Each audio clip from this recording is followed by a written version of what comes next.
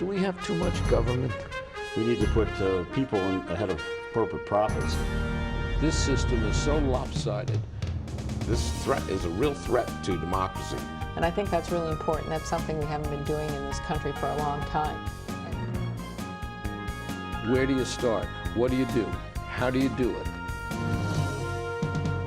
Access to Democracy is made possible in part by a donation from Firefly Credit Union.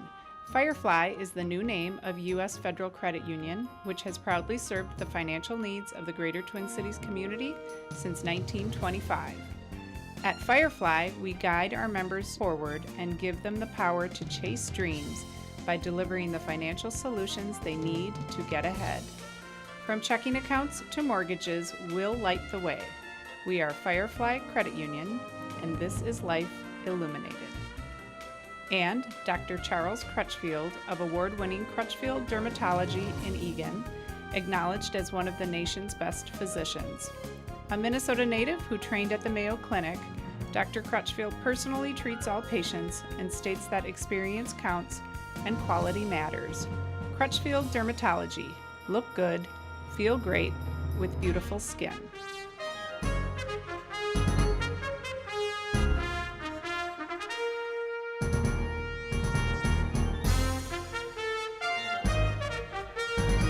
Hello and welcome back to Access to Democracy. I am Holly Jenkins, very pleased to be here as your guest host and honored to present our guest today.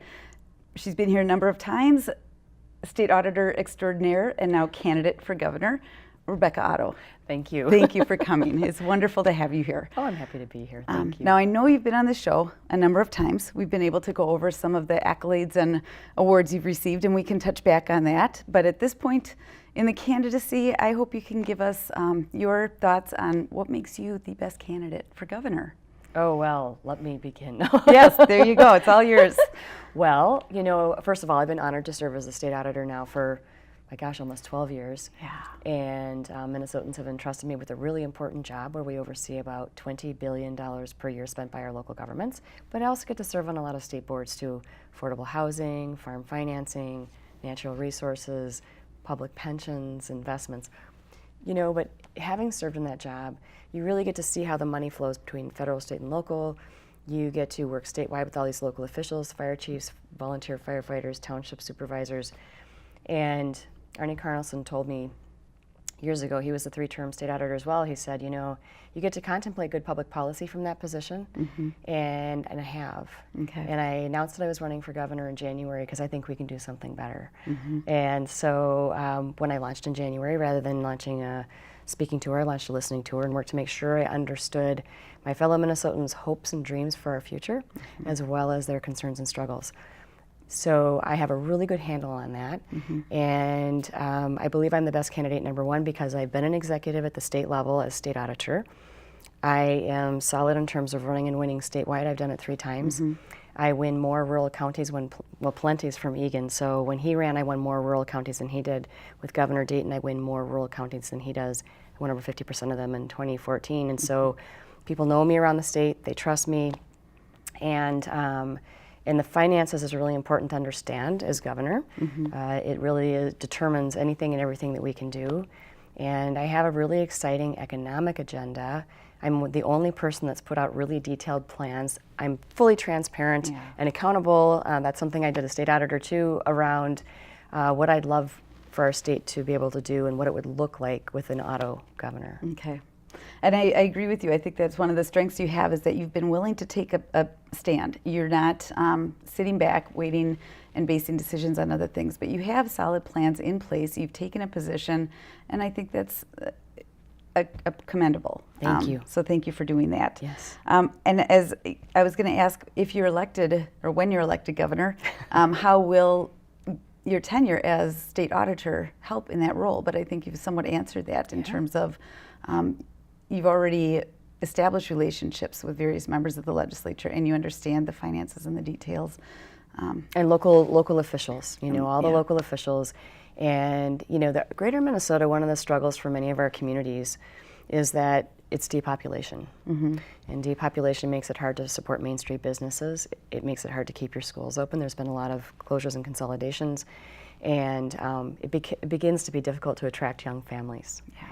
And when you don't have broadband internet, which is one of those basic, leveling of the playing field, and it's not available in all communities, it makes it hard again to attract young families and to connect people. And so that's something we really have to talk about. And my goal, I'm focusing on the economy. It's a bread and butter agenda. Okay. And it's really about making sure we're diversifying the economy in a meaningful way, that we have good jobs and jobs of the future, 21st century, that we also have a workforce of the 21st century, so that we communicate to the innovators around the nation, we're open for business, and for future workers, that they want to live here because we're a smart state. That's one thing we pride ourselves in, is good government. And as state auditor, that's something I focus on now for almost a decade, over a decade, excuse me. And so it's yeah, that's the strength. And being a leader in the 21st century jobs, how do you define those 21st century jobs? Do you want to explain a little bit about what you see as being that next workforce? What are they looking for? What will bring them here? What types of jobs will those be? Well, that's the thing, is right now there's a lot of mechanization and automation and also outsourcing. And so the nature of work is changing. And so I have a plan to create between 70,000 and 250,000 good paying 21st century jobs. We should be on the forefront and the cutting edge of the clean energy economy. We started as a state and we were ahead, and we've really slipped behind. And so we should be driving that. There's extraordinary opportunity, and those are the 21st century jobs of the clean energy economy. And they pay well, they support a family. They're not going to be outsourced. My Minnesota Powered Plan is what it's called, will require Minnesota workers, Minnesota companies, and it will be, is helping more Minnesotans access the clean energy economy. It's allowing us to take charge of our energy future and not being reliant on the Middle East anymore, but actually getting to tap into free energy forever. Yeah, It's kind of exciting. Yeah, it is an exciting change. And I know so many, obviously there's a huge public awareness of climate change and the need that we have to start reducing our carbon footprint. And you're proposing just that, and we should be the leaders here in Minnesota. Well, and here's the other great benefit. So not only is the price point right for clean energy, big wind is cheaper than coal, big solar is becoming cheaper than coal, but it also improves health outcomes. So anybody with asthma, COPD, as we burn less carbon, we have less particulate matter in the air. Imagine how we increase health outcomes and improve health outcomes. So kids aren't missing days from school, which will help with performance in school. So workers aren't missing days on the job, which is going to improve productivity. There's a lot there that's worth going after. So in some ways, these 21st century jobs and reducing the reliance on fossil fuels will help our health, and improving health might help some of our healthcare industry issues that come up. So, if people are leading these healthier lives and we have clean energy, and that's reducing some of the chronic illnesses that people have, how does that all play into a health plan that you have devised and created? So I have my Minnesota Powered Plan, and then I have my Healthy Minnesota Plan, and there's a lot of detail in these plans if you really want to go look at it on my website. They do play together. Absolutely. They're not mutually exclusive. No. This stuff all impacts what we're doing with our fossil fuels, impacts what happens to our health. And it's all part of this bigger, it's a part of a broader base. It's not individual. It's a comprehensive vision. Yes. Yeah, and so the comprehensive vision I've created is called Renew Minnesota. So the Minnesota Power Plan is one piece of the puzzle. My Healthy Minnesota Plan is another piece of the puzzle. And it's getting us to what some people would call a single-payer healthcare system. There's 100 definitions for that. Yeah. So what it means is everyone in Minnesota gets a standard benefit set no matter what. It doesn't matter what your pre-existing conditions are, your age, or your employment status. If you're a Minnesotan, you're covered, period. And then what it means too is that there's one protected fund at the state level that's going to be paying our healthcare providers, which are these coordinated systems, to keep us healthy. We're going to move away from reimbursing for fee-for-service, which is like, oh, you have a broken arm, we're going to reimburse you that. That doesn't work so well. We're going to move to a per enrollee upfront reimbursement. And we are going to get rid of that coding and billing and pre-authorization stuff, get it out of the way. So it's really getting insurance out of the way and putting the patient back with their coordinated care providers. And then they get to make best decisions for their health. So it's freedom of choice of who you get to get your care from. And then we are going to reward and incent your healthcare provider to keep you healthy. And they're going to have to reduce costs, but by getting rid of about 60% of their time that they've been wasting on this coding and billing and pre-authorization, allowing them to focus back on health, they will be able to reduce costs and increase health, because they're not going to have the insurance companies getting in the way. So you're proposing that HMOs and insurance companies somewhat go Well, so away. these insurance companies, traditional insurance companies, are not going to be providing that insurance. So it's a healthcare system, and it's called Healthy Minnesota. Everybody gets access. Everybody gets care. Now for unions, I wanted to try to build something in for them. Okay. So let's say a union wants to negotiate up from the standard benefit set. We'll have a silver and a gold. So there might be a little bit of room for insurance companies that they can prove value for those pieces, but otherwise, the standard benefits are defined. Everybody is covered. And the thing that I get very excited about is this. First of all, we will have freedom from fear of going into bankruptcy or not receiving our health care. That's a really big deal. And it's real. It And happens to is families all the real. time. Everybody's experienced it. And I met a couple the other day who said, look, we should be retiring, but we have a 20-year-old. We don't know if he's going to land on his feet. We're going to keep working because we have to make sure he's covered and has health care. And so, and frankly, the ACA has been good for many, but it hasn't worked for our small businesses, sole proprietors, our farmers. And so this is why we absolutely must change our system. We can't afford not to. And currently the costs are not sustainable. And so we have to, it's time, the time is now. Unleash the innovators in our state. Let people leave the jobs they haven't wanted to be in and do something else, right? Make better decisions for their lives. And not only will that help in the long run, just keeping people healthier, keep costs down, but people have more freedom of jobs. And it truly could help decrease the amount of homelessness that we are seeing in Minnesota, because many people find themselves homeless, just like you said, because they can't afford their own health care. And so it's a catastrophic illness that takes away their financial ability to now pay their mortgage, and they end up homeless. And now we've added more to that burden. And that's tragic. Yes. That is tragic. And it's amazing, and not just, it's average, everyday citizens. It's not fringe. It happens at every level. Included in concerns for healthcare, many people express the mental illnesses and opioid crisis, and how these also factor into our prison systems. How does your plan, do you have a way to incorporate the mental illness concerns, and especially the opioid crisis? Can Minnesota be doing more to help in that regard? That's becoming the next greatest debacle that we have in our health industry. It's an epidemic. And I'll tell you that as governor, I'm going to make it a very special focus to focus on making sure that when our fellow Minnesotans need mental health services or substance abuse treatment, that it is there for them. And there's a big issue. I held my listening tour around the state, and no matter where I went, there were stories, not good stories, about not being able to access beds for someone having a mental health crisis, being shipped across the state. I talked to one mom up in Brainerd whose son was shipped out of the state who was having a mental health crisis. That is not what we want, and we shouldn't accept it. We must do better. And so your mental health, and if you have a substance abuse issue, that's fundamental to physical health. And we have the Mental Health Parity Act. And so we must do better in Minnesota. We can do better in Minnesota. And my Healthy Minnesota plan includes these services. It does, okay. Absolutely. And people can learn more about the health plan that you have on your website. Yes, That's all- RebeccaOtto.com. It's all there. It is all in and you there. can look at a little bit of it, or you can look at a lot of it. Yeah. But we have numbers behind it, and Okay. we have a lot of good data and information. I'm being fully transparent with Minnesotans so they really understand what it is I want to do as governor, the agenda that I have, and what Minnesota could look like and feel like with an Otto governor. I think it sounds incredibly inspiring. And one of the concerns that there remains for candidates, you have this incredible vision. It's terrific, but there's always barriers to making these visions a reality.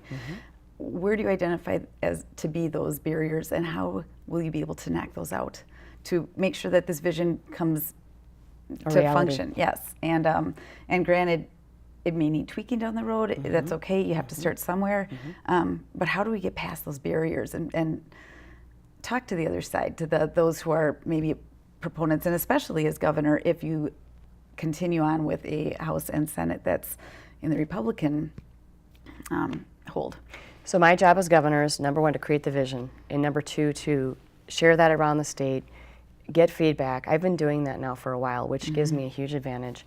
And I'll tell you why I'm deeply hopeful. Number one, clean energy is a bipartisan issue in Minnesota, and we have a history of it. It started with Governor Pawlenty, and it's continued with Governor Dayton, and it's both in the House and Senate bipartisanly, so that's a good thing. So that, my Minnesota Powered Plan is a Minnesota plan. It's not a DFL plan, not a Republic, it's a Minnesota plan. Great. And as I'm able to educate people about why it's important and what it would mean to their lives, and that they could reduce their living costs meaningfully, that's a big deal. So as I've been going around, people get very excited about it. The Healthy Minnesota Plan, the reason why I'm deeply optimistic about that too is in my listening tour, I had Republicans come to my listening sessions too.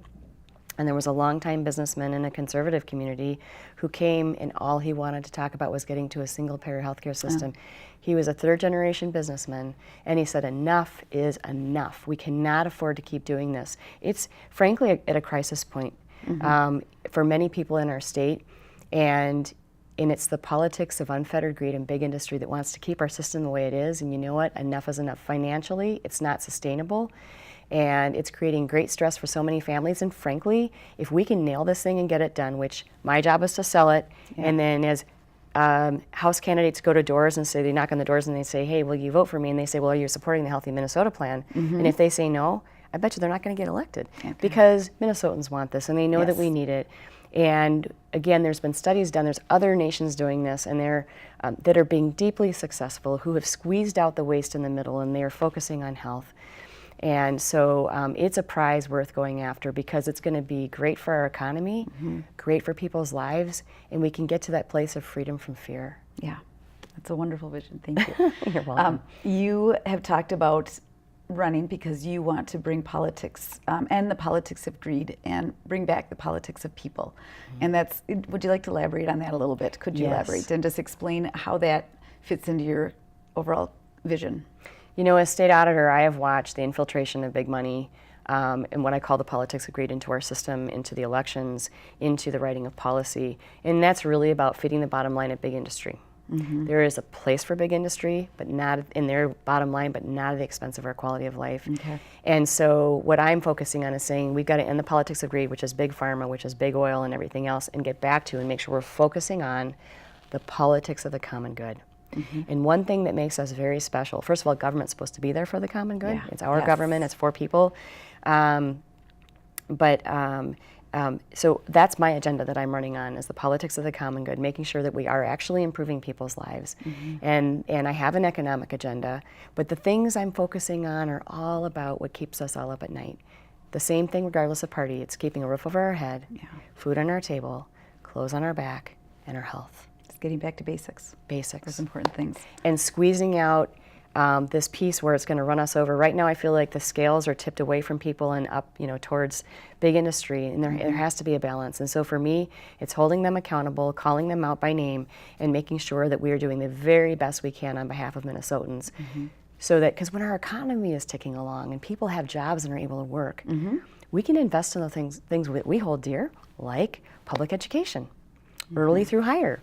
And so one of my plans, my 15-5-2 plan, which you that's a good that's one. another puzzle piece in my Renew Minnesota plan, is number one, we need to increase the minimum wage over a 5-year period to $15 an hour because work should pay. And I contend, and I think most of us do in Minnesota, is we value work. If you work 40 hours a week, you should get close to being able to support yourself. That's still not a living wage, but my goodness, we've got to get it done.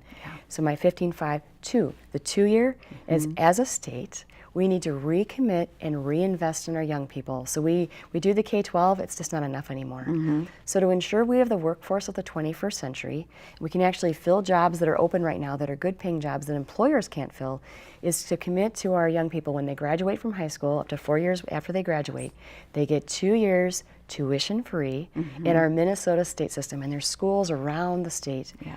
All we ask from them in return is maintain a 2.5 GPA or better, to do 25 hours of community service during their program, to develop a mentor relationship in their chosen field so we can help them successfully transition to work, and finally to stay in our state for 4 years after they're done. Yeah. And that's a big And then deal. they reinvest back in the state. Yeah, Sure. we're reinvesting in our people, which is the common good. And we're showing them that we believe they have it in them, that they can contribute back to our society. We're not just giving them a handout. No. We're expecting them to come back and contribute back to Minnesota. Right. And that's always served us well. So it's really leveling the playing field for equality of opportunity. There is some hopelessness out there. You know, we have some families that have had intergenerational poverty. And it's really hard to lift yourself out. So this is an opportunity to say to all kids, look, you've got a chance. Yeah. You've got something to go after, and we're going to have those good paying 21st century jobs for you. And then getting that mentoring relationship. And so it's that commitment to the common good that we have to get back to. It is a fantastic idea because, you know, especially as a parent who's about to send 2 children through college, the cost is prohibitive to so many families. And just as you stated, there are jobs out there, but people aren't trained for them. So why aren't we training our next generation for the jobs that are available, including the new jobs that are coming down the pike? So I think that's phenomenal. You are known as the candidate by far with the strongest environmental position. And again, I give you credit because you came out with some environmental positions that others aren't quite willing to take a firm stand on. The copper nickel mining, your position has been that as governor you will do everything you can to help protect the boundary waters.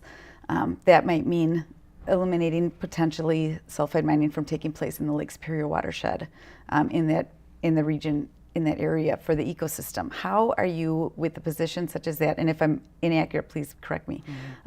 With that position, how will you gain support voters that are in favor of the sulfide mining? So first, in 2013, as a state auditor, I voted against a bunch of non-ferrous mineral leases, which is you're referring to. On the executive council, we vote for those, and I was the only one to vote against. My concern has always been that we do not want to inherit a large financial liability as a state because this type of mining is very different than taconite mining. And the history of industry doing this work around the world is they leave a big fat mess behind, and the taxpayers end up with the polluted water and air, the damaged environment, and they have to pay for the cleanup costs. So we must proceed extraordinarily cautiously. And when it comes to the Boundary Waters Canoe Area, as governor, it's not for sale. Yeah. It must be protected. It's an international treasure, and it's what makes us special as a state. The Boundary Waters Canoe Area changes lives every day. And so that has to be protected, and it should never be for sale. And so we have to be cautious about, in our pursuit of jobs in the mining industry. Now I'll tell you something, I've got an agenda that will create that next generation of jobs that can't be outsourced, that will be there for Minnesotans. We've got the training for it in the clean energy economy. So it's not just taking away, it's actually re-envisioning how we, what we look like and the kind of jobs we have, because frankly the mining industry has been very clear. They are going to more robots and mechanization and automation.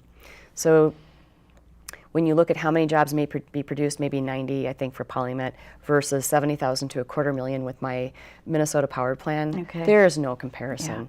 And so it's being very, very clear about protecting our water. Wherever I went in the state when I held my listening tour, everybody mentioned before I left clean water. That's a Minnesota value. It's life-sustaining. Yes. And it's very difficult to clean up after it's been polluted. And so we must protect our best resource as a state and be very cautious before going forward with something that we know has created a lot of issues worldwide. And that's one of the benefits that we have here in Minnesota is that we have an abundance of clean, pristine water. And the concern that so many feel is that why would we risk this? Why would we risk this amazing resource that we have? And as you said, so many of the mining jobs, and even with the copper nickel mining, they are becoming automated, and they potentially won't create those jobs that some of the overseas industries are claiming to make. So we really do have to be careful of that, because if those clean waterways go down, it changes everything. To come back. Yeah, it changes everything. We have a few minutes left. Some topics I'd like to just touch on before we finish up. at the state level, there's issues of transparency, and two relatively recent examples. 2015, there was a night before session ended, they snuck in a little bit of language that essentially took some of the authority away from your office. Last year, some middle of the night shenanigans that I personally don't know who all was in that room, but it led to Governor Dayton taking action to defund the legislature. And these are both issues that are heading to the Supreme Court. Feel free to share on your personal experience with this, or your professional, I should say, experience as state auditor, but also how are we going to change this flawed process? That idea of lack of transparency is simply against the fundamental tenets of our democracy. And how are people, not just legislators who are writing the laws and working on this, but people supposed to hold their elected officials accountable? How do we fix this? Well, number one, the in 2 minutes. Office of Auditor should never have been privatized. There was an attempt to privatize. I want to let everyone know that the Supreme Court of Minnesota is going to hear my petition for review on January 3rd. That's when our oral arguments are. And I swore an oath that I would protect our Constitution. This is a constitutional office that belongs to the people. The founders created this office when they created the state of Minnesota because they understood the importance of having a strong deterrent when it came to misuse of public taxpayer dollars. The reason why we're known as a good government state is because of this office. And we have the best auditors probably in the nation, I'll say. Well, they are. You've won the awards to show it. And 68% of my staff are CPAs. It beats all firms. We should not be privatizing this type of service. It's different. So when we audit our local governments, our client is the taxpayer. And that's the way it should be, because we want full transparency and accountability and be able to trust our government. So I'm doing everything I can to save this office. It's the politics of greed that wants to privatize any place where we have truth tellers, the auditors, the regulators, the scientists, and we have to say no and reject that. And as governor, I'm going to be an evidence-based governor and listen to my scientists that are in government, because that's critical to make sure that we're doing our best and focusing on the common good. Okay, excellent. You've talked about bringing open meeting laws, that the legislature should be held to open meeting laws. Can we strengthen those open meeting laws? Can we, in today's day and age, technology is the best way for people to see and observe what's happening, and even levels of government where they are subjected to open meeting laws. People don't always have access to those meetings if they can't attend. Can we use technology to help create a stronger public open meeting law system? We must. We have to. And the thing is more stuff was done behind closed doors this last session than I have ever seen. And lobbyists will tell you the same thing. It was disgusting. And after a public process, they then snuck things into conference committee bills that had already been closed up. And a reporter from the press corps texted me and said, "This is brand new language. Have you ever seen it?" No. It's the politics of greed that is pulling the strings behind the scenes with some of our legislators. It has got to stop. And the only way people can hold these, the only power that people have is at the voting booth. And if they don't see and have the opportunity to know what's happening, how do they hold these folks elected? That's right. Official? All you get is a second-hand story. So let's make sure that happens. Absolutely. We have just a few seconds left. What are some last-minute perks that you can give to leaving thoughts for voters? Well, I would be deeply honored to serve as governor of Minnesota. I'm ready, willing, and I can start governing on day one. I have an exciting agenda on my website, RebeccaOtto.com, if people want to visit. And it's a grassroots people-powered campaign, and we're going to focus on the common good with the Auto administration. It's been wonderful talking with you. Thank you. You so much for coming on. I hope we'll see you again. Yes. And good luck in months ahead. Thank you. All right. Thank you for watching Access to Democracy. We'll see you next time.